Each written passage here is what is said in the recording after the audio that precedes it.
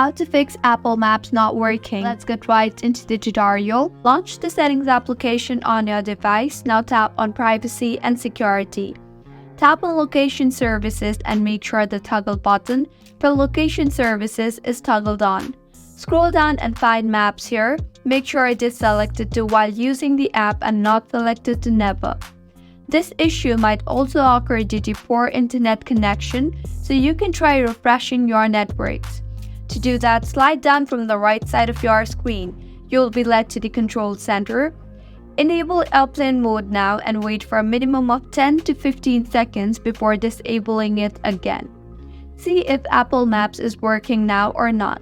If not, open Settings again and tap on General.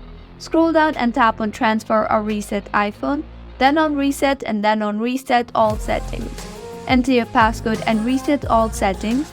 Doing this will reset all settings. Nevertheless, none of your data or media will be deleted. Your iPhone will take an auto restart now.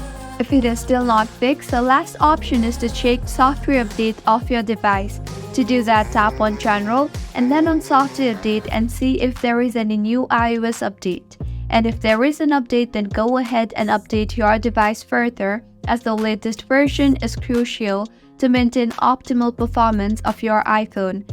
And it can also resolve any issues as Apple regularly releases updates that address bugs and improve overall functionality. Your Apple Map should have been fixed by now. If you find this tutorial helpful, do subscribe to our channel. Thank you for staying with us until the end.